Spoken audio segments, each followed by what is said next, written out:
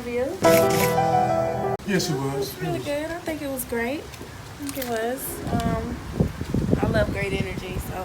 So, tell me a little bit about the first time you thought about running for the position that you're running for. The first time that you thought about it. The first initial, I'm gonna run.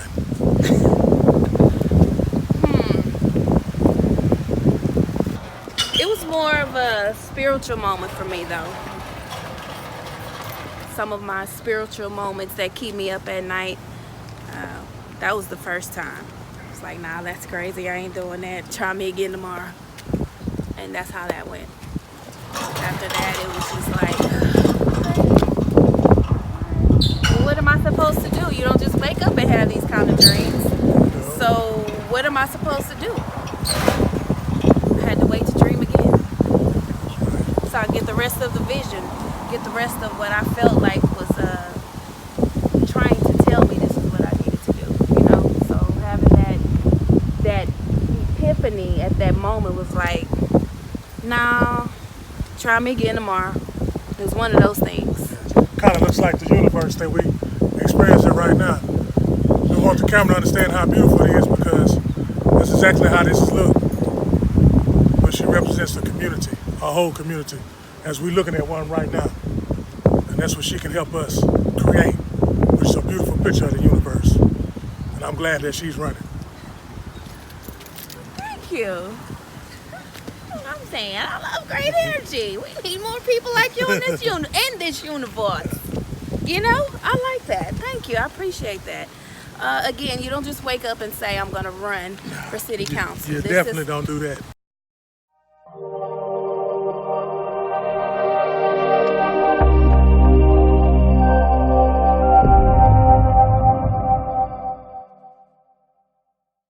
Sometimes when you start, you don't even worry about the finish line because it doesn't even exist. You just got to start somewhere. And this is where I'm starting, right here, right now. Hey, everybody watching, listening, and we appreciate you. Team ATS, we're in the building. This is a standout person that we have here next to us on my left, your right. She is someone that I madly respect, and I'm grateful for her presence.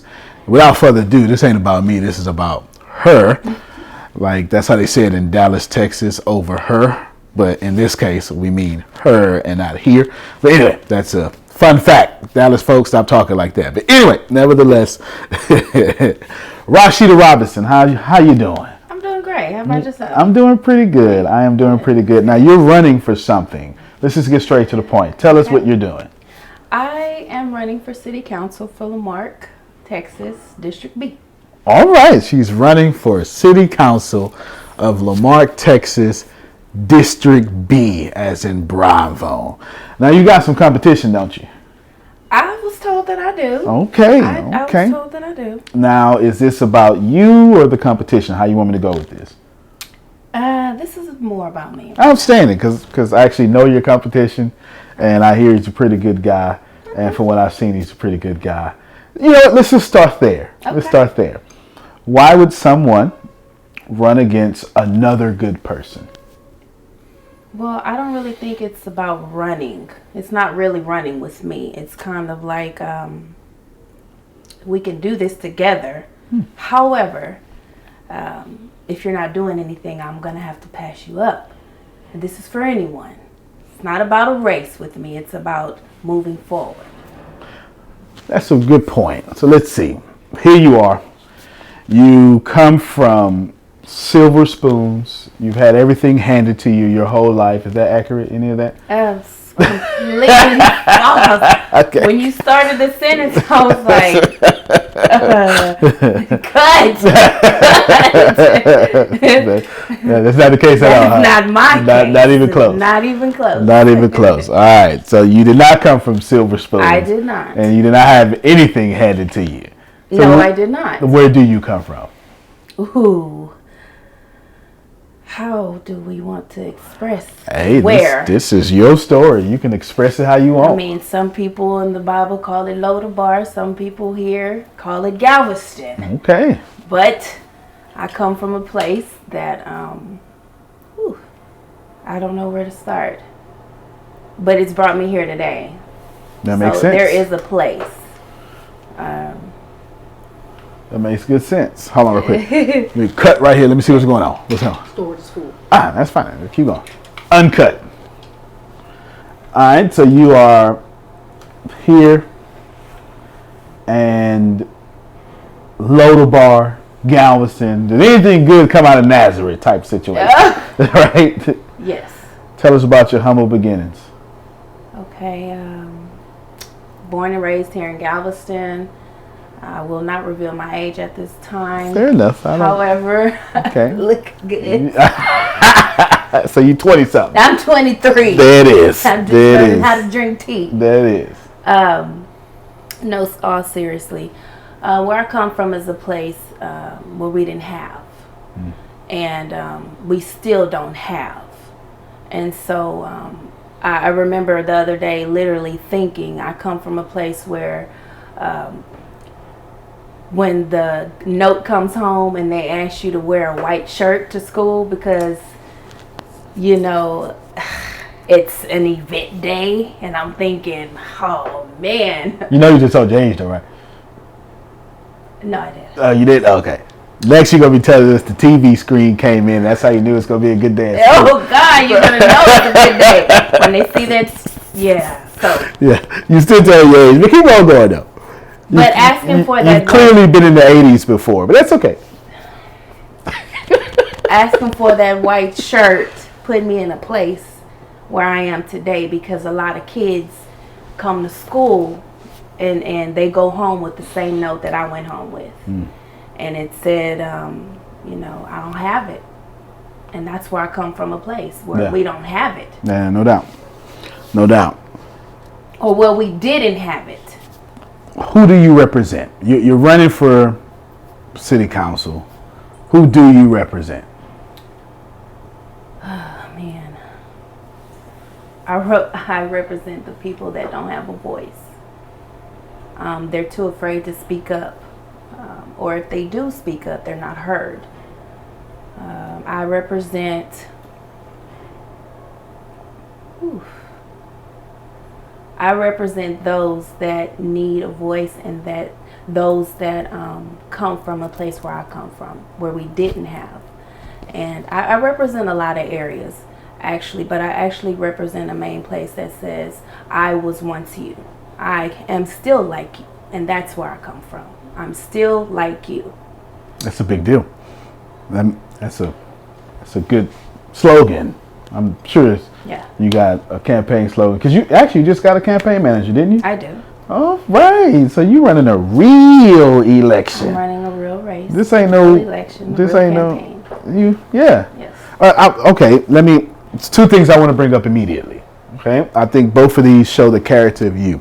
She doesn't know, our live studio audience, I'm going to ask this one question, but it does say the wonderful character of who she is. And I have to give you those props. You have a pretty good character. Somebody asked her first, she's looking at me like, you better not be setting me up. But I'm not, right? I'm not. She has lost over 100 pounds. See, you didn't. Okay. Yes. Tell us about that. That's a big deal. Listen, that's a big deal, because people don't do that. If I'm going to vote for somebody, I'm going to vote for somebody to do what I can't do. Is that, no? Am I in the wrong place? That sounds logical to me. If you're going to lose 100 pounds, well, hell, I think you can represent what I want. You know how much commitment, anyway, it ain't about me. How much commitment did it take for you to lose over 100 pounds? Take us on that journey. Okay, well, it started out with a doctor visit. It started with a doctor visit and them basically saying, hey, you know, if you want your health, you want to live longer, you're going to have to make some changes in your life. I knew I had to make some changes. I just didn't know those changes would affect me physically, you know, wholly. And I don't mean wholly as in H-O-L-Y. I mean wholly. And so losing weight wasn't just about losing weight physically. It was about mentally. It was about spiritually, stuff that we didn't back in the 80s, that we were taught that we don't even apply, we don't even use it today. So all that stuff was weighing me down, and I realized that it was very unhealthy. And it was from childhood stuff. It was memories. It was all kinds of things that kept me weighed down. And so that journey began when I decided to heal. I didn't even know that I was healing areas that were actually hurting. And so that journey for me started out with my spiritual practices led me to a fast. And so I fast for 7 months. And that was a lot of obedience, because when you're fasting, if anybody knows about spiritual practice, and you have to be able to receive what the universe is trying to tell you. And the universe wasn't just telling me that I needed to lose weight. It was telling me that it was time to evolve. And so evolving was my biggest issue, like how. And so I started with losing weight, and everything just started evolving from there. That's a big deal. Yes. I read in the magazine that Oprah Winfrey, you know Oprah, don't you? You've heard of her? Okay, yeah, she's like a big deal or something, you know? Yeah. Oprah says that she asks people one question during an interview, and it tells her everything about these people. And it's typically the first question she asks. And she asks them, what is your spiritual practice? And how that person answers tells her plenty. Now, if Oprah, in fact, I'm Oprah. Hold on, let me change my filter. Hi. Okay, yeah, I need an Oprah filter. We need a media team. Give me an Oprah filter. Hi. Yes. I'm Oprah Winfrey. What's your spiritual practice? Right? Don't worry about me, y'all. If I got Oprah, I need one of them deep voices, the deep fakes. Somebody put the deep fake. I don't know if I pay y'all enough for that. Get a deep fake. Change my face to Oprah right now. That'll really work out for us. Okay. Deep fake Oprah says, "What's your spiritual practice?" How would you answer her? I would start by saying meditation. That's good. Meditation is a spiritual practice for me. It's a practice, not perfection. It's a practice. Meditation, it's very diverse for me. So it starts where I'm at mentally that day, and it ends with me mentally that day. So you meditated more than once a day then? I do. And some people, well, it has been said by people smarter than us that medication simulates harmony in the body. Meditation produces harmony in the body. What would you say to that? I'd say that's true. Yeah. I did not take any medications to spiritually evolve. No? What about to lose 100 pounds? You didn't take like a fat burner? I won't lie. I did try. You know, we have to try certain things. You trying to wake up skinny? I didn't try that. Okay, I did. I didn't try that. I tried a detox, a green. It works. Green detox. Oh yeah. It works. I actually had it on my podcast. It does work. It does. literally does work. However, it wasn't for me. I mean, we all know the detoxes help us go. But I didn't need that. I needed to see something different. Right. And it sounded like you needed to release a few things. I did. I needed to release more than just detox. So what are some of the things you're going to help your city when you are elected? What are you going to help the city release? Hopefully they can relinquish some of that trust, the trust issues we have. Okay, break that down. That sounds like something you won't talk about. Well,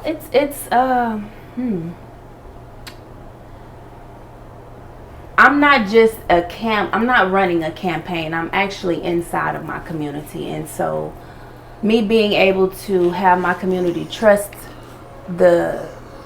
as you say, my weight loss, they have to see it.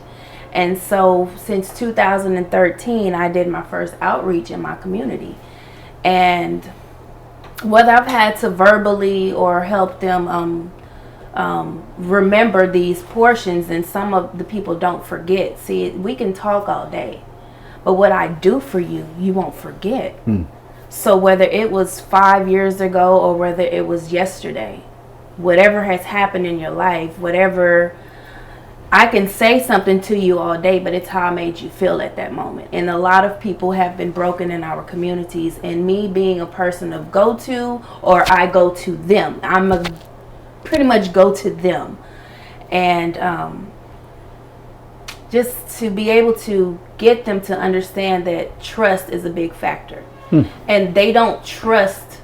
It's hard to trust when there's not anything that they can hold on to. That's fair. And so being a leader in the area, we have to have them trust us. I don't know where it'll begin. I don't know where it'll start, but it has to start somewhere. We got to have trust again in order for our community to believe in themselves, to believe in the businesses that they put out there, to believe in that there's leaders behind them that will back them up and not just say, you're not just another business, because businesses come and go in our community. However, we have a lot of potential in our community, but we can't get it out because they don't trust themselves, because they don't trust the leaders. We have leaders failing us every day. Yes, they're human. However, there's still leaders out there that will lead you and guide you and help you in those areas. I happen to be one of those. I do not like to brag. Anyone can tell you I'm not one of those people that will rain on. I just don't do it because I'm a doer. I believe in showing up. My presence, I think, speaks volumes. I don't think anybody would disagree with that, for sure. So I've got to actually, let me compliment you and your opponent, because the two of you are running very respectable campaigns. At least that's what it looks like to me. Is that right? Okay, good. Okay, so she agreed. So you're both running very respectable campaigns. There's no slander or anything like that. So that's actually kudos to both of you. That's fantastic. And I know you enough to know that you wouldn't even mind your opponent sitting down with me and letting his views get across as well. There's a reason why I'm bringing it up, because you don't see competition the way everyone else sees it. You have a different view of competition. Why don't you break that down for us, because it's actually pretty powerful. Okay, so I don't see, politically, most people will think it's a race. It's what you can do for me, what I can do for you. That's fine. But when you are actually working in the community, you don't look at winning that way, because we don't build that way. We build differently. And so you put someone in a leadership position and just put them as a leader, that's fine. But you're not going to have your community behind that, because they don't know that. They don't know them. If they've never seen your face, if they don't see you doing, if they don't hear about you, they don't know you. That's where your trust comes from.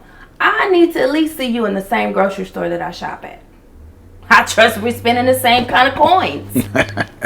I need to at least see you sometime, somewhere where I am, so that I can trust your vision. I need to be able to feel you. I don't just need to see you or hear about you. I need to know that the steps that you are taking can lead me somewhere.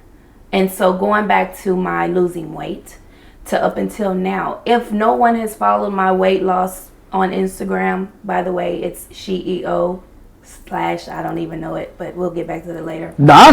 We're gonna put it in the description. We will put it in the description. Yeah, we definitely will. If you guys get an opportunity to follow me, you can go back to last year and you will see I was 100 and something pounds over than what I am now. I'm not gonna tell you where I'm at now.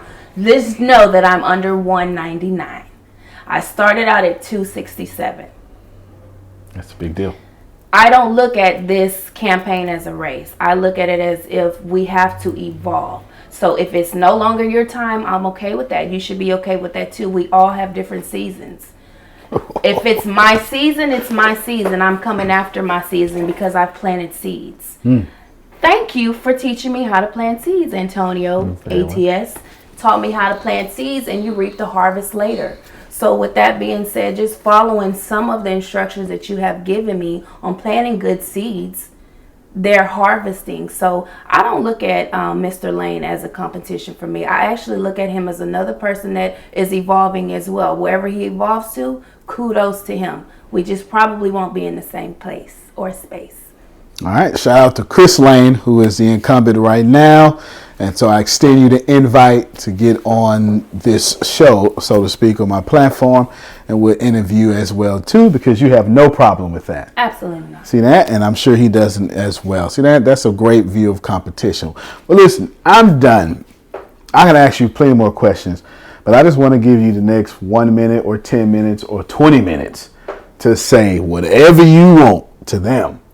However you want it, I'm out your way. You can take as little or as long as you want, but this is your moment to narrate and create your story the way you want it to those people, future fans, followers, and voters. Without further ado, I reintroduce to you Queen Raushida Robinson. You got it. CEO. There it is. That's right. Hello, everyone. Thanks for joining in. Thanks for choosing to watch us at this time. My name is Raushida again, and I am running for City Council, LaMarque, District B. And my campaign is Clear Plan 2020. And so what that means is that I see things at a 2020 vision. Not through my lens of my glasses, but I see the vision of our community being clear. It's plain, it's clear, it's simple. We need to be heard. We need to be seen, we need to be heard. We have to make noise. And I'm going to make a little noise just to kind of get us out there again. We're overlooked, definitely oversourced, undersourced. We don't have some of the things, I'm going to say it, we don't have some of the things that other people have. Now, is that supposed to be righteous? No, we're not supposed to compare. However, I have to compare because we're not getting what we need. Our kids are not receiving what they should receive. Our business owners, our town, our community is not receiving the protection that it needs sourcefully. What I am doing is making noise. And whether that means waking people up so that they can hear what's going on, or whether that means that that's going to make them go out and do something or shake their own little baskets up. Whatever is necessary, that's what I'm doing.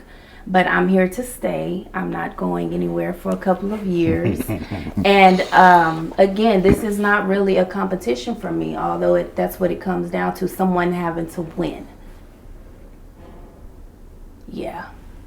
Now, whether I win by a poll or whether I don't win, I still win here because I am a doer and I'm going to continue doing. I'm a winner here and I'm a winner here. And that's what I teach people every day. When you win within yourself, you can win. You can just win. It is a process to winning. So don't just wake up and think that it ain't going to be no work to winning. You got to do some work in order to win. And I'm here for that. Well, if you're just trying to hit home runs and stuff, I ain't mad at you. Last words on you that could be informational. That's not a word, but I just want to rhyme a little bit. Educational or transformational. See why I said informational? Okay, that's, it goes together. Informational, transformational, educational. However you want to talk to whoever you want, you got the final words. Okay. I will say this. My overall goal and my overall mission with the 2020 Clear Plan and just being Raushida is to listen, learn, and to lead. Those are my three things. I function well off of those. I actually mentor. Those are the three things that I teach. I train as far as listening, learning, and leading, so that those three things help us connect. And so making connections, listening, learning, and leading, that's what we do here. And that's what we're winning. All right, you heard it here first. Raushida Robinson, she's running for City Council in which district? District B. District B. She listens, she learns, and she leads. Antonio T. Smith Jr., Team ATS. I love to keep seeing you here. ATS TV. We love her. We love you. You can plant better. You can dominate.